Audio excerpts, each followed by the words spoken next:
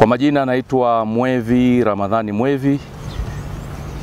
Nilikuwa mwakilishi wa wananchi wa kata hii ya Kiseke kwa maana ya mheshimiwa diwani ambaye nimehudumu kwa kipindi cha miaka 5 mpaka ilipofika tarehe 20 ya mwezi huu wa 6 ulikoma uhudumu wangu huo.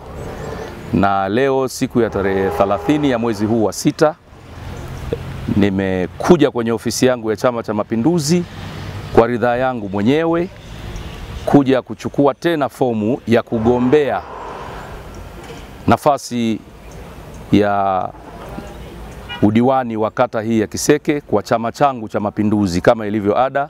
Wakati ni huu leo ndo nimekuja kuchukua fomu hiyo, na tayari sasa nimeshachukua na ninakwenda nyumbani kuijaza alafu na kuirejesha pia, ili niweze kupata uteuzi Mwenyezi Mungu atakapojalia wa chama changu cha Mapinduzi kwa miaka mingine 5. Ndani ya miaka yangu 5 nimehudumu kama mwakilishi wa wananchi wa kata hii ya Kiseke kupitia tiketi ya Chama cha Mapinduzi, na nimefanya na kutekeleza miradi mingi sana ya afya, elimu, miundombinu ya barabara. Kama na hilo ni pamoja na mahusiano pia na jamii inayonizunguka na nilokuwa nikiongoza. Kata hii mimi nimehudumu kuanzia mwaka 2020. Kidumu Chama cha Mapinduzi.